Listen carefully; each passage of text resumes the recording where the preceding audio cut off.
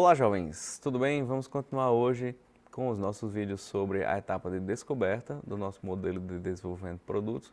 Hoje com a nossa caracterização dos usuários, que são o objetivo final do nosso desenvolvimento de produto.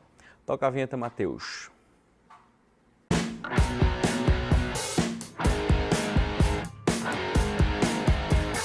Seja assim, na frente do supermercado, principalmente supermercado, foram abordados por pessoas fazendo pesquisa de mercado.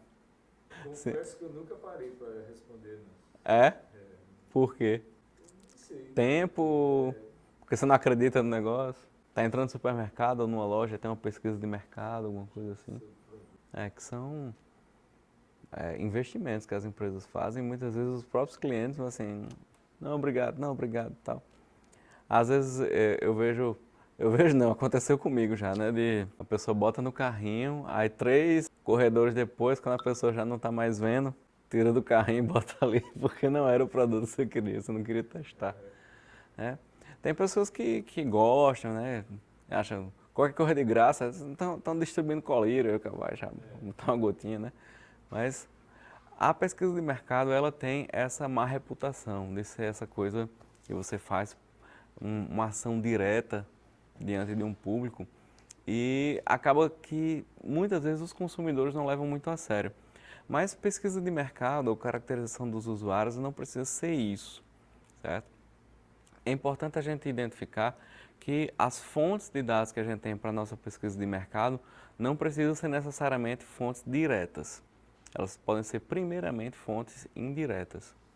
Como, por exemplo, dados da imprensa, informações de imprensa especializada, dados que você pode encontrar, informações sobre Ibope, sobre fatias de mercado, que são obtidas por terceiros e que você consegue ter essas informações a partir do que a própria imprensa, do que os próprios veículos de comunicação já nos permitem visualizar.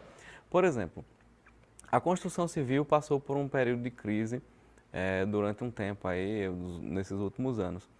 Quando você via os classificados, você via um aumento no número de oferta. Quando você, por exemplo, começa a ter acesso a revistas que são próprias do setor, você vai ver o clima que está naquelas reportagens. As pessoas com um pouco de pessimismo, falando que o setor vai dar uma virada, que não sei o quê. Essa leitura especializada, por exemplo, numa revista que seria do Sinduscon, só para dar um exemplo, Sindicato das Indústrias da Construção Civil, daria para uma pessoa que não é do setor entender mais ou menos como é que está o clima, o ambiente do setor. Vai ter revistas, por exemplo, como Pequenas Empresas, Grandes Negócios, que falando essa porque é uma revista mais conhecida, que vai mostrar alguns setores que estão crescendo, outros que estão diminuindo. Então, já vão mostrar para vocês indicativos de que determinados setores valem a pena investir no momento e outros que é melhor segurar um pouco. Não precisa que a pesquisa de mercado seja algo que você vá diretamente pesquisar cada pessoa. Só que esses dados secundários, eles têm uma utilidade. Eles não são para você determinar características ou parâmetros do produto. Eles servem para você identificar uma dinâmica ou fazer um panorama de um mercado. Após a identificação de que esse panorama é favorável, a gente vai partir para alguns dados que são mais obtidos de maneira direta. Então, eu conheço o chão onde eu estou pisando. Eu sei que tem uma oportunidade aqui. Eu vou entender como é que as pessoas se comportam e como elas querem produtos nesse mercado que eu estou entendendo que é favorável para mim. Se você quer uma apresentação inicial, e eu acho que é importante, desse modelo, nesse vídeo aqui eu apresento o que é essa etapa de descoberta e quais são as 4 perguntas que a gente vai tentar responder nessa fase. Nesse vídeo a gente vai tratar da pergunta quem é o usuário e quais são suas necessidades e os seus desejos. Para responder essa pergunta, nós temos 4 tarefas a executar. Lembrando que a gente está dentro do contexto de produtos assistivos para pessoas com deficiência. Colocando aqui na tela, a gente tem a identificação dos aspectos médicos, observar as pessoas com deficiência utilizando um produto assistivo, realizar diálogos com os usuários e identificar fatores pessoais no uso desses produtos. Primeiramente, com relação aos aspectos médicos, a gente tem que entender que a gente está, principalmente quem não é da área de saúde, está pisando num campo que não é muito conhecido. Então, é importante a gente ler bastante. No contexto que eu estou trabalhando no estudo de caso, que eu comecei nesse vídeo aqui, eu estudei muitos artigos científicos na área de mobilidade pessoal, principalmente voltando para problemas relacionados à atividade de caminhar.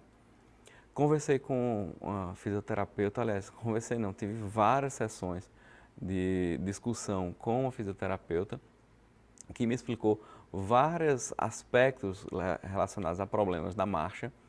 Ela era uma boa atriz, inclusive, então ela simulava vários problemas e foi muito importante para mim para entender isso. Então, se você tiver acesso a médicos, fisioterapeutas, psicólogos e artigos científicos, publicações de revistas especializadas, é muito importante para você ter um entendimento do que setor ou que grupo de pessoas você está trabalhando. E aí, dentro dessa análise, indo aqui para a tela, a gente tem algumas informações que são importantes.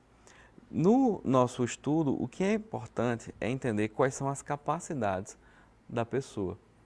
Porque essas capacidades elas vão ser utilizadas como parâmetro da entrega de funções. Ou seja, se a pessoa não tem a capacidade de fazer algo, a função desse produto é entregar algo para aumentar a capacidade da pessoa naquela função, que ela não consegue realizar por conta de alguma limitação de funcionamento do próprio corpo. Então, a gente divide essas capacidades em três aspectos: os aspectos sensoriais, os aspectos cognitivos e os aspectos motores. Os sensoriais têm a ver com o tato, a capacidade de sentir algo. As capacidades cognitivas referem-se à nossa capacidade de compreensão, de processar informação, de reflexão. E, por fim, as capacidades motoras têm a ver com a nossa capacidade de nos mover e de utilizar os nossos membros para pegar algo, para transformar alguma coisa, para manipular objetos. E essas são as capacidades motoras. Essas capacidades, o que a gente vai tentar entender é qual o nível de preservação que a pessoa tem dessa determinada capacidade. Uma pessoa que, por exemplo, é tetraplégica, ela preserva muito pouco das suas capacidades motoras. Ela consegue, de uma maneira geral, mover-se do pescoço para cima. É claro que isso não é 100%. Vão ter pessoas que são tetraplégicas, mas conseguem mover os dedos, conseguem mover um braço. Isso não é uma ciência exata, certo? Uma pessoa que é paraplégica, ela não consegue, em tese, mover da cintura para baixo, mas vai ter variantes aí. Vão ter pessoas que conseguem preservar funções sexuais, controle das funções intestinais e a continência urinária, e outras pessoas que não vão conseguir. Vai ter muita variação ali. É disso que eu estou falando quando a gente tem perfis diferentes que levam a produtos diferentes, mas são perfis próximos e produtos próximos. Um outro aspecto relacionado às capacidades são as capacidades ditas compensatórias. São capacidades que a pessoa desenvolve para compensar uma perda. Por exemplo, uma pessoa que é cega, normalmente, no nosso senso comum, a gente diz que ela ouve muito bem. E isso, de fato, é verdade. Uma pessoa que perdeu a capacidade de ver ou que nunca teve essa capacidade, ela desenvolve sensibilidades e percepções auditivas que nós que somos videntes, videntes não no sentido... Nós que somos videntes conseguimos perceber o mundo a partir da visão. Eles não têm esse sentido, então eles vão compensar a partir da audição. E muitas vezes, por exemplo, no projeto de alguns ambientes, como de teatros, pessoas cegas, né, pessoas com deficiência visual, são chamadas a dar sua opinião a respeito da qualidade acústica daquele ambiente, porque ela tem mais sensibilidades. São essas capacidades compensatórias que eu estou falando. Indo para o nosso estudo de caso, nós estamos lidando aqui com dispositivos de auxílio à marcha. Então, como eu comecei a estudar dentro dos aspectos médicos, alguns artigos foram bem interessantes e eu vou trazer para vocês algumas informações desses artigos só para mostrar o que é que a gente tem que fazer para estudar e compreender melhor uma situação. Com relação à necessidade dos usuários de bengalas, primeiro a gente percebeu algumas forças que a bengala exerce no corpo e que isso podem gerar alguns problemas no nosso sistema músculo-esquelético. A partir do uso de uma bengala, como está na imagem à direita, vocês vão ver que a bengala exerce uma força sobre o braço, exerce uma força sobre o quadril e uma força resultante sobre o pé, que é aquele que é contrário a o que é onde a bengala está sendo utilizada. Além disso, com relação ao movimento, existe uma série de balanços de forças, de equilíbrio de forças que são imprimidos durante o uso da bengala. E com relação aos padrões de marcha, que é aquilo que nos interessa mais em termos de desenvolvimento de produto, a gente vê, por exemplo, que nesse quadrinho 1, a pessoa está o pé afetado, ou a perna afetada, é aquela onde eu posiciono a bengala, e o outro pé, ou outra perna, é a perna boa. E aí o que é que você faz? Desloca o pé bom e a bengala para frente, e depois, no quadrinho 4, você movimenta o pé ou a perna que estava ruim a partir da base de apoio composta por pé bom e por bengala. Então significa o quê? Que essa bengala ela vai ampliar a base de apoio. Entenda a base de apoio ou a base de suporte como os nossos dois pés. E a área que eu posso, digamos que eu estou aqui em pé, aí vem o Nil, pega um giz e risca aqui, circulando os meus pés.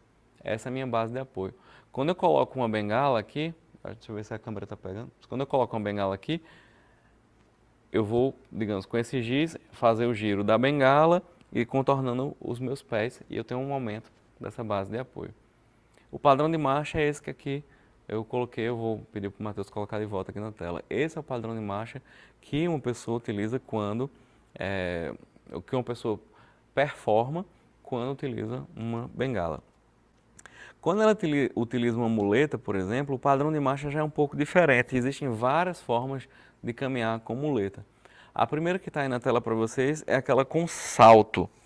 Então, a pessoa está com os dois pés posicionados iguais, posiciona as muletas à frente e dá um salto até ela cair, digamos assim, após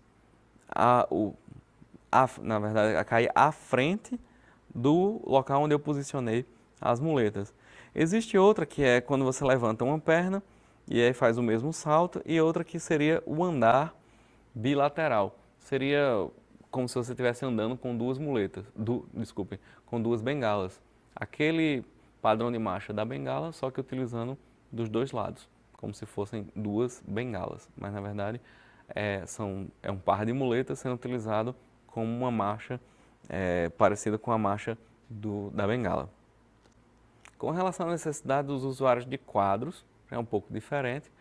Digamos, se eu disse que a minha base de apoio aumenta quando eu boto uma bengala aqui, quando eu boto um par de muletas, essa base de apoio aumenta mais ainda. Se eu boto um quadro que tem 4 pernas, essa base de apoio vai aumentar mais ainda. Imagina o mesmo giz que eu risco aqui no chão, a base de apoio vai estar bem maior. Então, quanto mais apoio esse produto dá, esse dispositivo me dá, maior a ampliação dessa base de apoio, me permitindo um maior equilíbrio. Tem um outro fator que eu vou falar já já, que é importante também nessa relação do usuário com o dispositivo de auxílio à marcha. E aí na tela está para vocês o padrão de marcha que é desempenhado por uma pessoa que usa um quadro. Ela está com os dois pés posicionados no quadrinho 6 e o quadro de marcha junto a ela, ou o andador, como queira. Ela joga o andador para frente, ela posiciona à frente, anda primeiro com o pé que é bom e depois posiciona junto o pé que não está bom, ou a perna que está mais afetada. Lembrando que a pessoa que está usando um quadro, às vezes ela não tem necessariamente uma perna afetada por um acidente, ela pode ser simplesmente uma fraqueza, uma perda de força devido, por exemplo, ao processo de envelhecimento. Além disso, além de estudos e conversas, estudo de material científico e de conversas que eu tive com profissionais de saúde, o YouTube é uma ferramenta muito interessante. Eu vou deixar aqui na descrição desse vídeo vários vídeos que eu utilizei, em que eu assisti, para conhecer mais sobre o universo de pessoas que usam bengalas, muletas e andadores. Isso pode compor, digamos, o teu modelo mental daquilo que é aquela realidade daquele setor. Sugiro isso em qualquer tipo de produto que você for utilizar.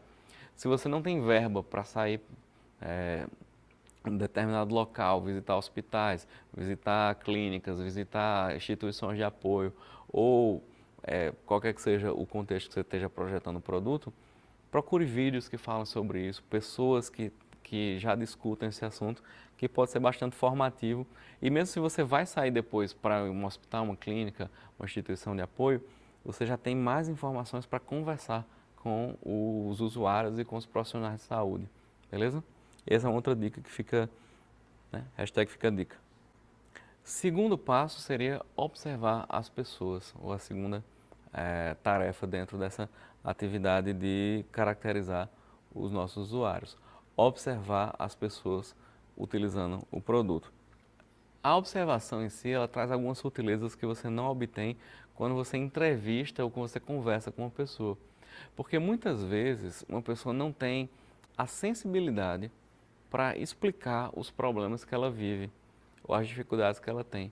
Até porque muitas vezes elas já estão tão habituadas àquelas dificuldades que elas não enxergam o problema ou já veem aquilo como normal e não vê oportunidades de uma melhoria para a realidade dela. Então, quando você observa, imagine, por exemplo, uma pessoa em cadeira de rodas que entra em casa e quer preparar o próprio almoço. Então, ela vai ter que pegar itens no armário, pegar itens na geladeira, pegar panelas, faca, uma série de instrumentos. E ela vai ter que, por exemplo, cortar os alimentos, pegar água para cozinhar, colocar no fogão, ligar o fogão. Todas essas atividades, se você observa e se você tem a oportunidade de filmar, você vai verificar muitas dificuldades, muitos aspectos que a pessoa que já tem a vivência naquilo, ela conseguiu contornar o problema, conviver com o problema, e para ela já não é mais um problema porque ela já está habituada àquilo. E você observando de fora, você consegue identificar melhorias possíveis para aquela atividade que, por exemplo, seria um cadeirante cozinhando o próprio almoço. No nosso estudo de caso, o que eu fiz em termos de observação de pessoas com deficiência, eu fiz dentro do nosso caso de veículos não motorizados, que foi o segundo estudo de caso. Eu não vou apresentando os casos de maneira completa, só naquilo que foi ilustrativo para o que eu estou querendo apresentar de maneira teórica. Entrando aqui para a tela, vocês vão, por exemplo, ver o que a gente fez de observação. A primeira observação em loco, e aquela que foi bastante interessante, foi quando a gente verificou esteve no evento esportivo, que era um torneio de hóquei adaptado, que pessoas com deficiência relacionada à mobilidade, pessoas cadeirantes, jogando hóquei, e a gente viu determinadas dificuldades, determinadas capacidades que a gente nem imaginava que eles tinham, porque a gente pensa na pessoa com deficiência, pensa na pessoa muitas vezes a partir dos nossos próprios preconceitos como uma pessoa incapaz, e isso não é verdade.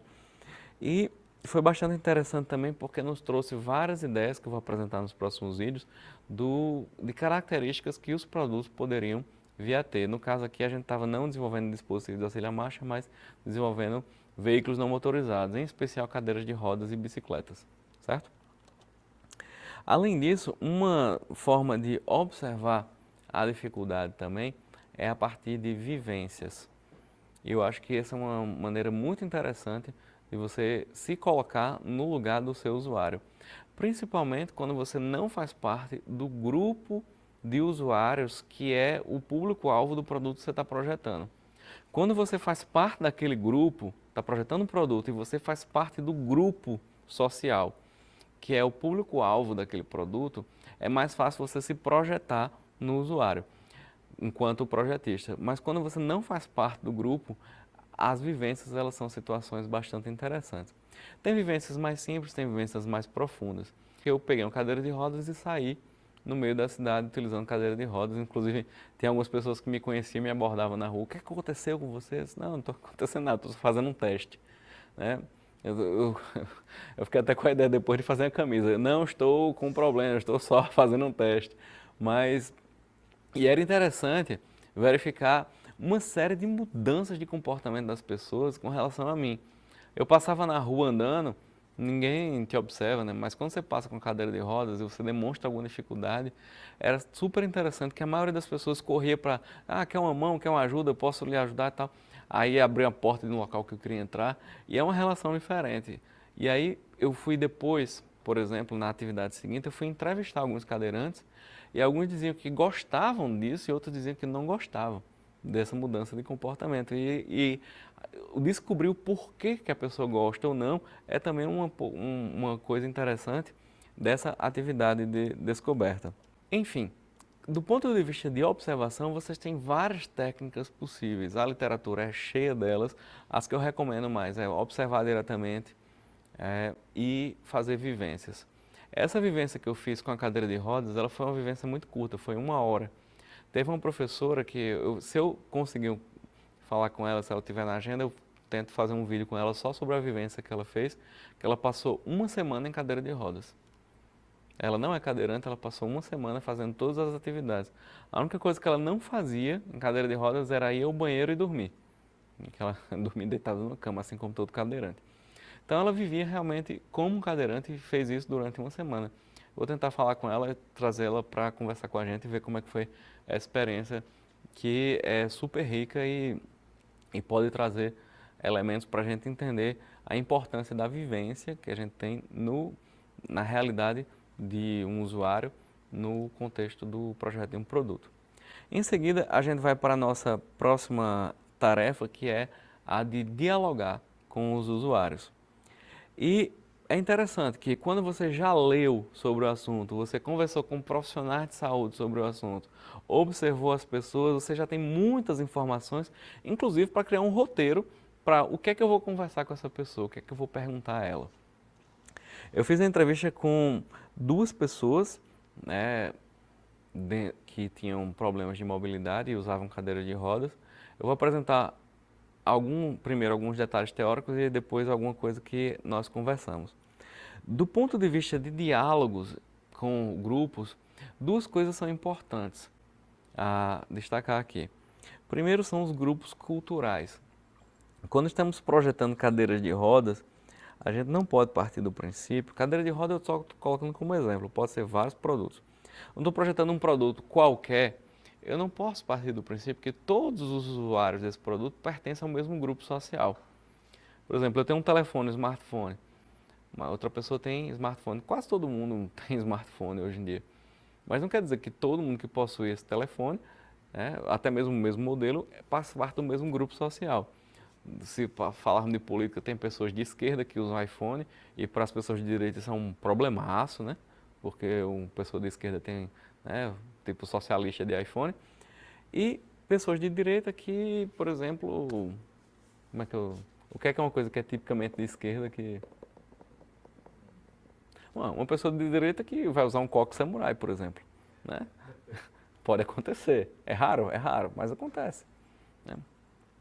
Então, você vai ter que voltando à ideia da cadeira de rodas, pessoas com cadeira de rodas, você vai ter diversas personalidades, diversos interesses diferentes. Pessoas que são mais intelectuais, pessoas que são mais esportivas, pessoas que são mais tímidas, pessoas que são mais extrovertidas. E cada grupo desses vai ter digamos assim, hábitos de vida diferentes e vai pedir funções diferentes na sua cadeira de roda, certo? Então esse é o primeiro aspecto. O segundo aspecto diz respeito aos tamanhos, aos grupos morfológicos. São pessoas pequenas, médias, grandes, magras, cheinhas como eu, né? Cheinhas. Estou quase gordo, velho. E pessoas mais gordas, mais obesas.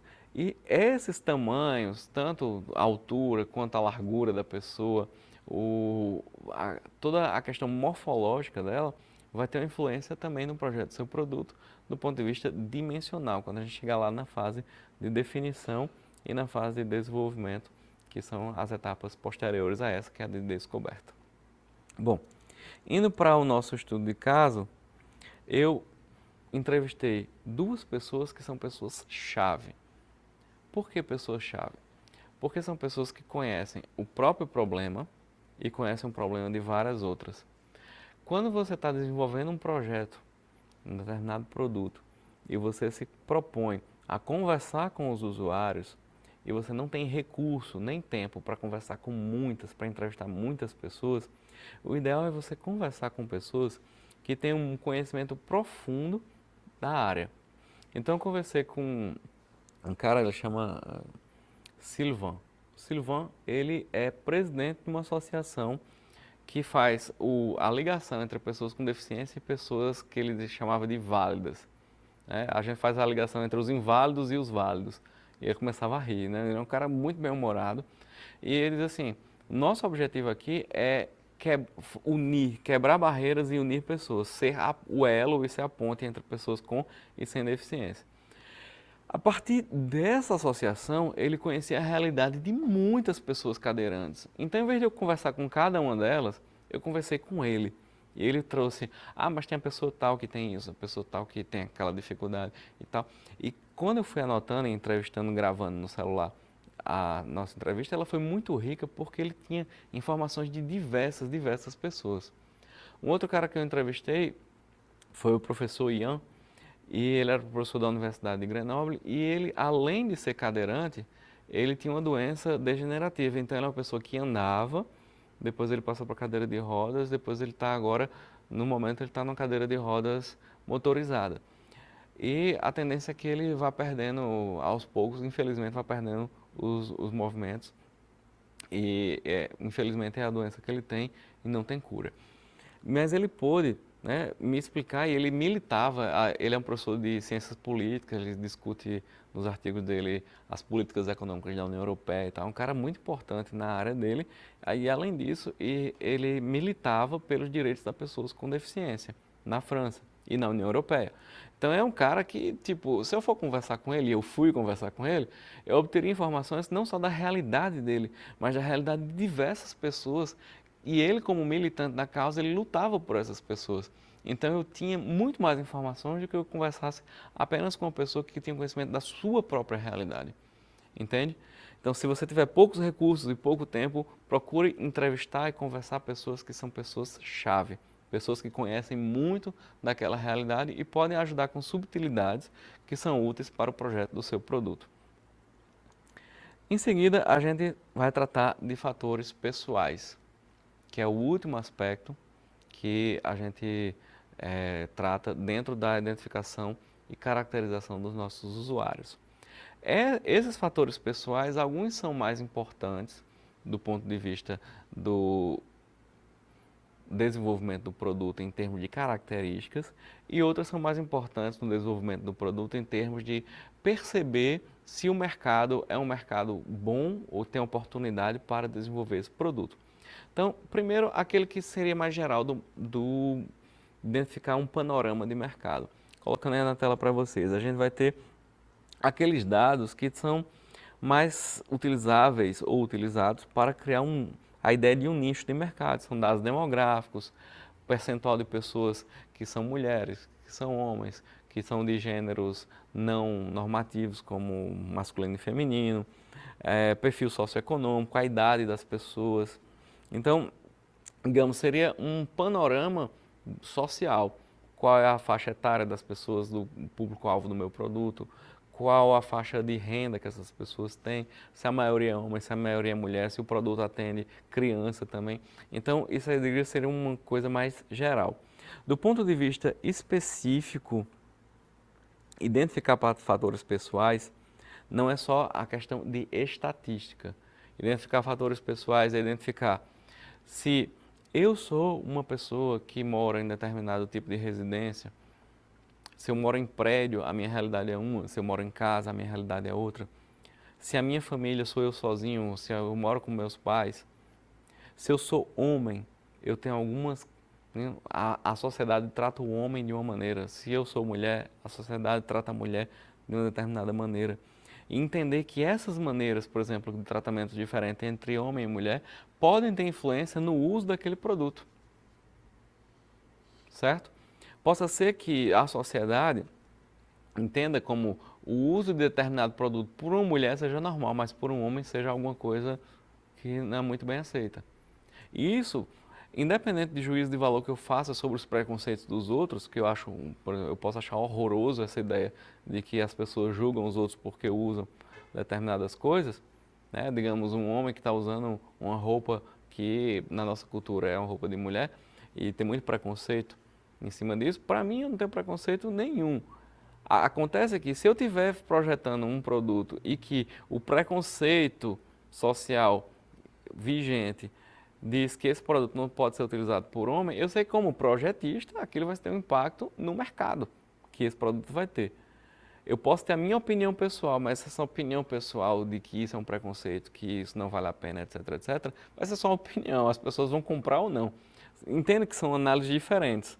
Uma é eu entender que existe um preconceito social, que é um fator que uma determinada pessoa vai ser afetada, e achar isso bom ou ruim, aprovar ou reprovar, condenar ou não esse preconceito. Outra é entender que isso existe, aceitar como um fato e aceitar como um fato que vai influenciar ou não na compra e no sucesso de mercado do meu produto. São duas análises diferentes. Os meus juízos de valor pessoal não vão influir na compra ou não compra do produto. Percebe? Então, eu posso até, digamos, lutar pela redução de preconceitos, fazer vídeos contra, conversar com as pessoas, etc. Conscientizar que isso é um preconceito. Eu falei só de um exemplo, mas pode ser vários. Mas no curto prazo, no médio prazo, aquilo não vai mudar. E aí eu tenho que considerar isso dentro do desenvolvimento do meu produto. Bom, sintetizando, eu tenho aqui dados que vão me permitir definir um nicho de mercado e dados que são informações de fatores pessoais, né? Se se trata de um homem, se se trata de uma mulher, se se trata de um idoso ou de uma criança, não do ponto de vista de mercado, de tamanhos de mercado, mas de subtilidades que vão influenciar características dos produtos para que esses produtos tenham mais ou menos sucesso. Indo para o nosso estudo de caso aqui e fechar o vídeo sobre os dispositivos de auxílio à marcha, o resultado final de toda essa etapa de caracterização nos permitiu chegar nesse gráfico aqui de como os produtos de auxílio à marcha podem auxiliar as pessoas com dificuldade de marcha. E em que parâmetros essas pessoas flutuam e nessa linha de flutuação, como é que eu posiciono as diversas categorias de produto. Então, indo aqui para a tela, para o nosso gráfico, a gente tem duas variáveis que são importantes para uma pessoa com um problema de marcha. Uma é a ampliação da base de apoio, que foi isso que a gente viu na parte de identificação dos aspectos médicos. Uma outra seria a descarga de peso. Entenda, eu estou falando de uma pessoa que tem dificuldade de caminhar, tem uma fraqueza nas pernas. Então ela precisa descarregar o peso dela, dividindo isso entre as pernas e os membros superiores. Essa descarga de peso vai ser maior ou menor conforme o produto que eu use. Então, colocando aqui de novo na tela para vocês, eu tenho que, por exemplo, bengalas são produtos que ampliam levemente a base de apoio e permitem uma descarga de peso de pouca magnitude também. Quando eu passo para as muletas, eu já tenho uma ampliação maior da base de apoio que não se altera entre tipos de muletas, porque é um par que vai continuar sendo o mesmo par sempre. Mas eu vou ter suporte de antebraço, suporte de cotovelo e suporte axilar. A cada um desses suportes permite um pouco mais de descarga de peso a partir dos membros superiores do que o suporte anterior. Esse aqui de antebraço permite menos descarga de peso, aqui permite um pouco mais, e o suporte axilar. Inclusive tem algumas pessoas deficientes que fazem até se penduram na muleta, né? Daqui a pouco está com a axila toda machucada. Isso é um uso equivocado do produto. Bom, em seguida a gente tem os quadros, que a gente tem uma ampliação da base de apoio mais importante e a descarga de peso ela vai ser tanto maior quanto a gente vai subindo nessa escala, entre quadro lateral, andadores, quadros, mesas e cadeiras de marcha. A partir dessa conclusão aqui, que a gente teve, a gente pôde até pegar a conclusão da atividade anterior, que é a definição de funções, que foi tratada nesse vídeo aqui, e conseguir ajudar. Definimos nesse vídeo anterior plataformas, famílias e plataformas. Dentro da plataforma de dispositivos de auxílio à marcha, a gente caracterizou os usuários, entendendo que os usuários precisam descarregar peso e aumentar a base de apoio. Esses dados aqui foram dados de entrada para a nossa próxima atividade, que vai ser o tema do nosso próximo vídeo. E eu agradeço que você viu até aqui. Se gostou, clica no curtir, clica para se inscrever, clica para receber as atualizações e a gente se vê no próximo vídeo. Valeu, um abraço, tchau, falou!